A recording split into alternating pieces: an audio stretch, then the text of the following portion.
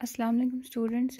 हम पढ़ रहे थे कम्युनिकेशन स्किल्स के बारे में, यानी कि अगर हमें कहीं पे कुछ बात करनी है, कम्युनिकेट करना है लोगों के साथ, तो क्या क्या चीज़ें होनी चाहिए, ठीक है ना। किन किन चीज़ों के बारे में पता होना चाहिए, ठीक है। लाइक हमने लास्ट यूनिट में पढ़ा था कि जो एक कम्युनिकेशन होती है उसके इम्पॉर्टेंट पार्ट्स है, that is transmission, listening and feedback, ठीक है। ट्रांसमिशन यानी कि जैसे मैं ट्रांसमिट कर रही हूँ, मैं अपनी मैसेज आप तक पहुँचा रही हूँ, ठीक है ना। लिसनिंग हो गया, जो आप मेरी इन्फॉर्मेशन सुन रहे हैं, अगर आप समझ रहे हो तो आप उसका अच्छा रिस्पॉन्स दे रहे हो, that is known as feedback. ये हमने लास्ट यूनिट में पढ़ा था। अब आगे हमें पढ़नी है कम्युनिकेशन एलिमेंट्स क्या क्या होते हैं, ठीक है ना। देखो ये मैं आपको यहाँ अच्छे से समझाऊँ। कम्युनिकेशन के एलिमेंट्स है, ठीक है, दैट इज़ सेंडर है, मैसेज है, चैनल है, रिसीवर है, फीडबैक है, ठीक है।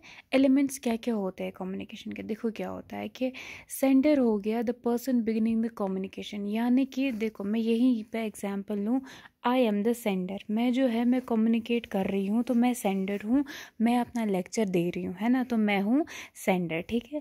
Message the information that the sender wants to convey, यानी कि मेरी मैसेज आप तक क्या है, मैं आपको पढ़ा रही हूँ तो ये मेरी मैसेज आप तक जा रही है, ठीक है।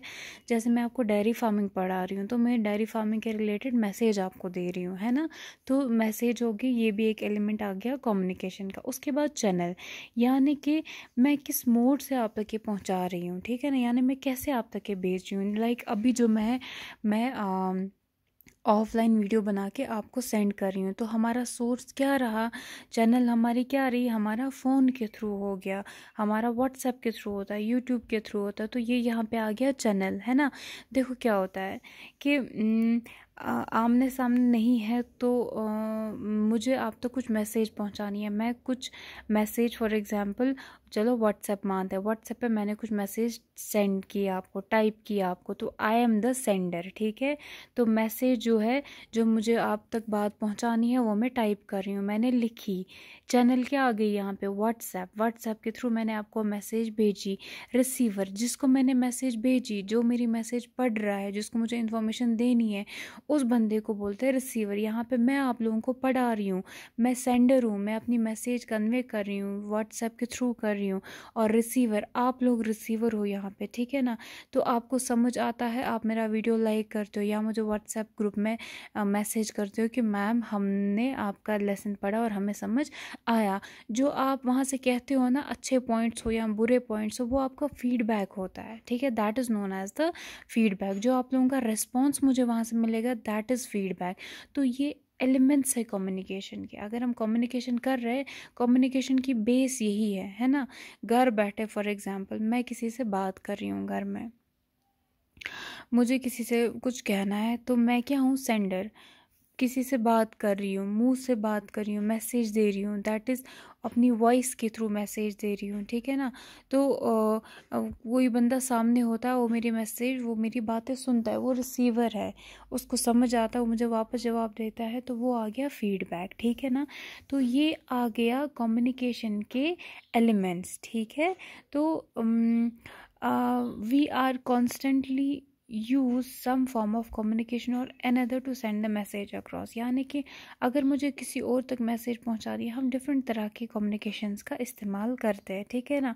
Without the different methods of communication available today, it would be challenging to carry out business, यानी कि देखो आज जो है कम्युनिकेशन के बहुत से तरीके हैं, हम कम्युनिकेट कर पाते हैं घर बैठे दुनिया के लोगों से, हम नेट के थ्रू कर पाते हैं, हम ऑनलाइन मीटिंग्स रखते हैं, हम ऑनलाइन सिस्टम से यहाँ बैठे बाहर की कोई भी मीटिंग, यानी कि कम्युनिकेशन जो है, कम्युनिकेशन आज हर एक तरीके से पॉसिबल है, ठीक है ना।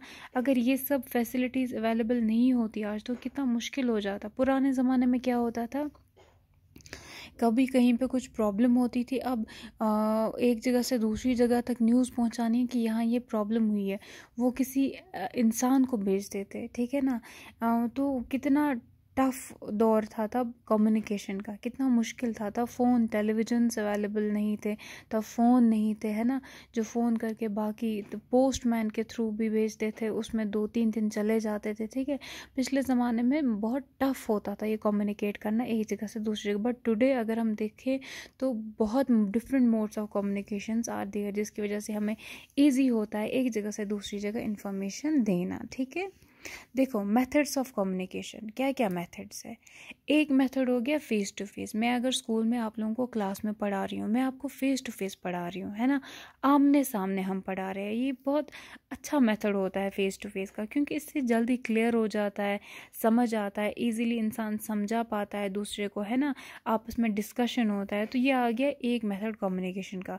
दूसरा हो गया ईमेल। ईमेल हम भेजते हैं ना एक जगह से दूसरी जगह, वो भी एक मेथड है कम्युनिकेशन का, ठीक है ना। Email can be use to communicate quickly, यानी अगर हमें कभी जल्दी कम्युनिकेट करना हो किसी के साथ, ईमेल के थ्रू भी हम कर सकते हैं, ठीक है ना। या तो एक के साथ या बहुत सारे इंडिविजुअल्स के साथ और डिफरेंट जगहों पे। अगर मुझे कुछ इन्फॉर्मेशन देनी है लोगों को, आप ही लोगों को, और आप लोगों की ईमेल आईडीज़ मेरे पास है, मैं क्विकली मेल करूँगी सबको और सबको डिफरेंट जगहों पे मेरी इन्फॉर्मेशन पहुँच जाएगी। तो ये बहुत लो कॉस्ट होता है, इजी होता है करना, है ना। तो ईमेल भी एक मेथड आ गया हमारा, क्या, मेथड ऑफ कम्युनिकेशन, ओके। उसके बाद नोटिस या पोस्टर्स बनाए जाते हैं, ये भी कम्युनिकेशन के तरीके होते हैं।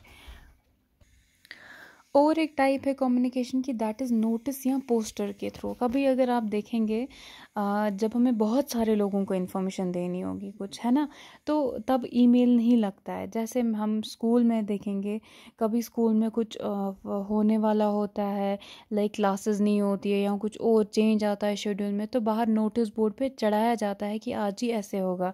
कभी किसी फैक्ट्री में फॉर एग्जाम्पल अगर टाइमिंग चेंज होगी या कुछ, बाहर ही चढ़ाया जाए। ये बहुत सारे लोगों के लिए इन्फॉर्मेशन वहाँ रखते हैं, तो that is known as notice के थ्रू या पोस्टर्स के थ्रू। तो ये भी एक टाइप है कम्युनिकेशन की। उसके बाद business meetings, communication during business meetings जो होती है, वहाँ पे क्या करते हैं, बहुत सारे ग्रुप ऑफ पीपल्स होते हैं, वहाँ पे प्रेजेंटेशन देते हैं, है ना। तो ये डिफरेंट मेथड्स आ गए कम्युनिकेशन के। बाकी मेथड्स भी है कम्युनिकेशन के, लाइक हम बातें करते हैं सोशल मीडियाज़ के through, WhatsApp message, phone call, newsletter, blogs etcetera, ठीक है ना। ये सारे आ गए मेथड्स ऑफ कम्युनिकेशन, ठीक है।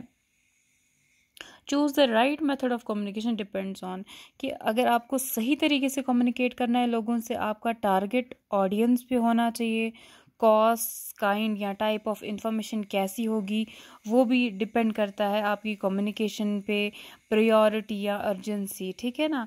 यानी कि अगर आपको सही तरीके से कम्युनिकेट करना है लोगों के साथ, ठीक है ना।